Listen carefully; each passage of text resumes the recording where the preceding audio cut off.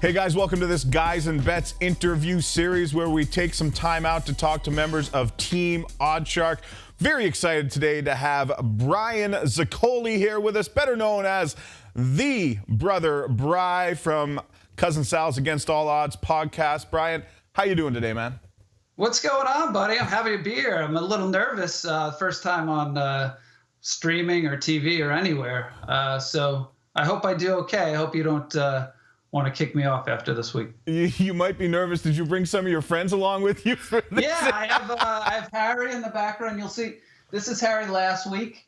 I will say, Harry, the one thing about Harry is, can you tell Pam to tell him he should not have the beard anymore? You and I, we have nice beards, right? You can see it. He has like a neck beard, right? It's like a turtleneck beard. Just under here, it starts growing up his face. So, yeah, he thinks it looks good. Somebody's got to tell him it doesn't look good. And then this is Harry as Homer. That was his nickname in college. So that was the great Jim Cunningham, our producer of Against All Odds, made that photo for me. That's amazing. We need the animated one, though, of him going back into the bushes after he misses a bet or something like that.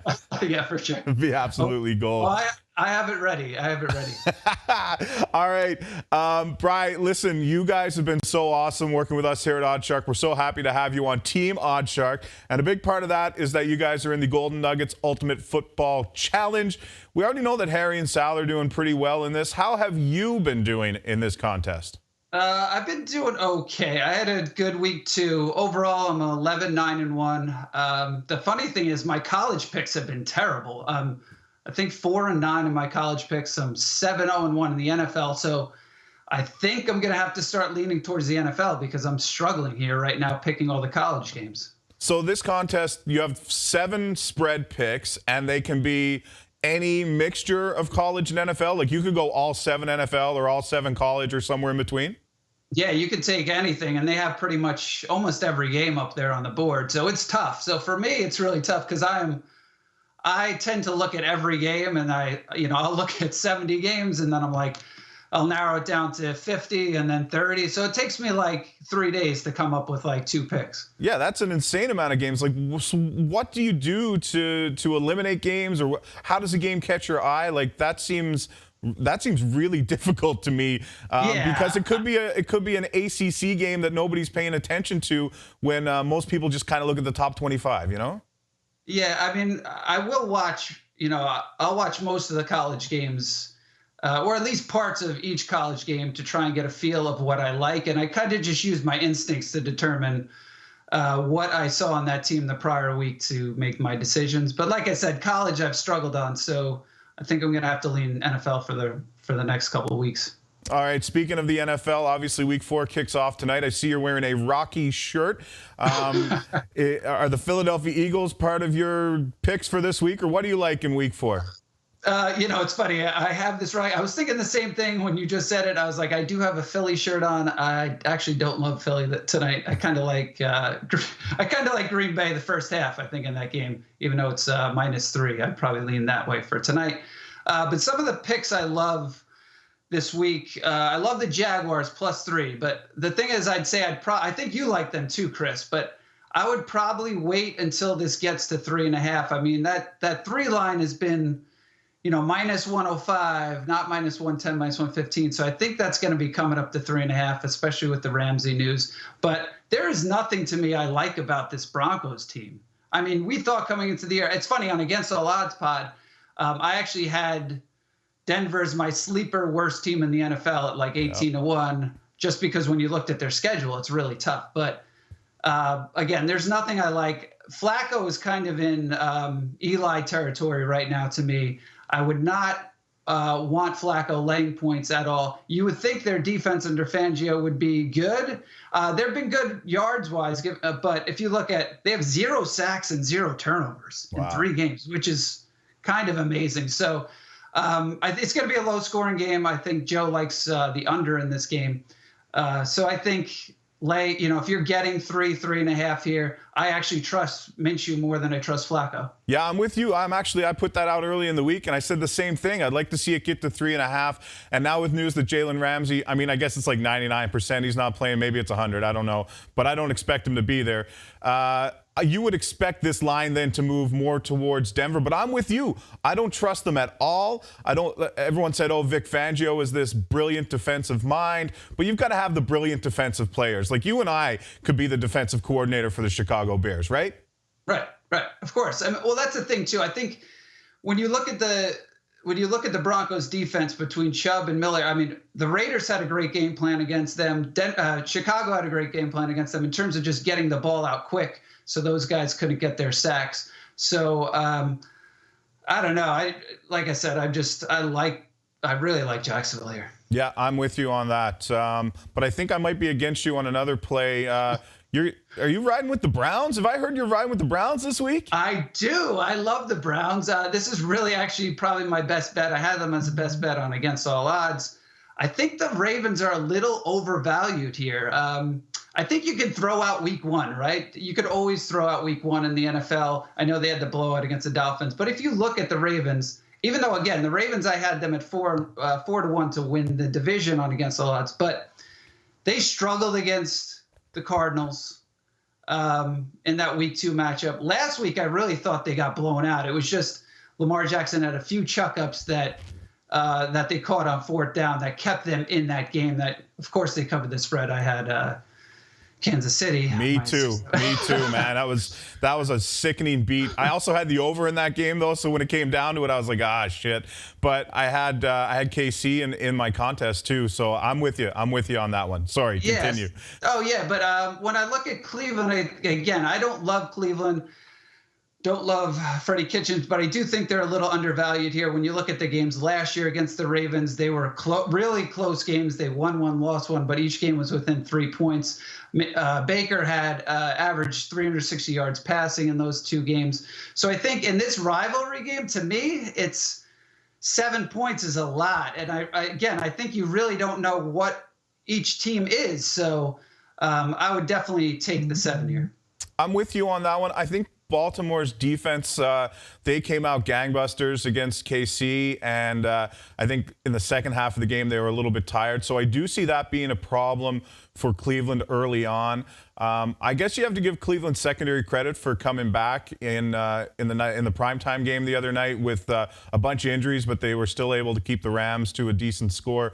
I think you're right. I think 7's good. I think I bet Baltimore this -6 maybe early Monday when it came out. So yeah, it is. Yeah, I think it all depends the line you get. If you got 6, I don't blame you for taking the Baltimore, because I don't know if I would take the Browns at 6, 6.5, but 7, I love that number. Yeah, I hear you on that. I'm actually this week I'm taking the Browns, the Patriots. The Ravens, the Patriots, and the Chiefs, who are all touchdown-ish, and I'm going to parlay them at a couple of units. I think is what I'm going to do there. All right, okay, moving on. Is there anything in the NFL that you will not bet this week, no matter what? Yeah, I'd probably stay away from the Chargers here, laying 16. I think it's down to 15.5. Look, they always struggle down in Miami. I think they're 0-4 against the spread in their last 4 games at Miami. For whatever reason, even on the really good teams that San Diego has had, they've struggled in Miami when Miami's been bad. I think there was a little bit of hope we saw in Miami in that game at Dallas. They played well in that first half. They actually should have been leading in that first half. And again, that's another game where I ended up having the Dolphins getting 22.5. So it kind of there was multiple parts of that game that I was mad about. But I think they can at home. I think again you could throw out week 1, week 2, the Pats game. I don't think they're a historically bad team, maybe, but I don't think they're going to get blown out every game. So I would stay away from that 15.5. I'd probably talk myself into taking the Dolphins at if it's at 16 still. But I would stay away from the Chargers. I'm with you there, man, and I'm glad to hear my thoughts being reinforced in what you're saying, because I cannot bet the Chargers at that number. I don't know if it's a good idea to bet Miami, but I might talk myself into it, and that sounds like where you're at on this. Yeah, I think Yeah, I've talked myself into it. All right, let's go over to college quickly. Is there anything on the college board you like? I found last week to be tough. This week is tough as well. So I'm interested to hear what you've got. Yeah, I think it's tough. I think historically, even for myself from a betting side, I don't think I start getting good until the second half of the year for college. I think I'm still trying to iron out what teams are good, what teams aren't good. But what I like right now is I like Arizona State plus 4.5 this Friday at California. Look, this is the Pac-12. Weird things happen in the Pac-12. California is the only undefeated team right now in the Pac-12. So I could easily see them losing this game. I don't know. I could see Benjamin having a big game this game. I wouldn't back California because I just think Arizona State's got a top defense here. At least it seems that way through a couple of games, even though they struggled probably a little bit against Colorado. But it's going to be a low-scoring game. I wouldn't lay the 4.5. I like the 4.5. It's funny. I'm usually going against Arizona State and getting screwed against Arizona State. So I'm going to back them this week. Maybe Benjamin has a big game for them running the ball. But, again, California struggles to score points. It's a weird game because if you look historically, these are high-scoring games. But this year should be a very low-scoring game. And how can you go against our boy Herm Edwards, right? Like, you got to love Herm. I know. Well, that was the thing. I went against him for like the first 4 weeks last year, and then that did not pan out for me. I went with him, and then I should have went against him as it went on, but I didn't. Right. Anything else college stick out to you? Yeah, the other one, again, staying in the Pac-12. I hate the Pac-12. I know.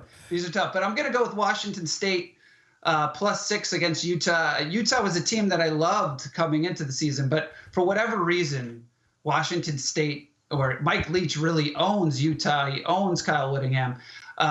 They've won their last 4 against Washington. Washington State's won their last 4 against Utah. They're 5-0 against the spread on the road in their last 5. If you looked at Mike Leach's press conference after the game, although he doesn't really yell a lot, he looked upset, really upset that they lost that game, especially when you're up 32 points.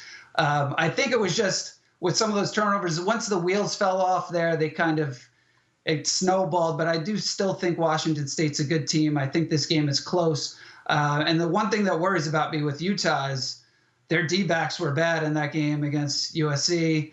Also, the losing Moss, I think, is a big loss for them. So I think this is a close game, but I like the 6 here. I think you might have talked me into that. I might even tease both of those to give myself a little bit of room and go with that. I think Washington State is going to have a bit of a chip on their shoulder. You're right, and it was not a good loss for Utah last week. All right, Brian, we're going to let you get out of here. You've said that Cleveland is your best bet, but I need to leave on a high note. So do you have a second best bet or an almost lock, maybe a half-broken lock that we can go with?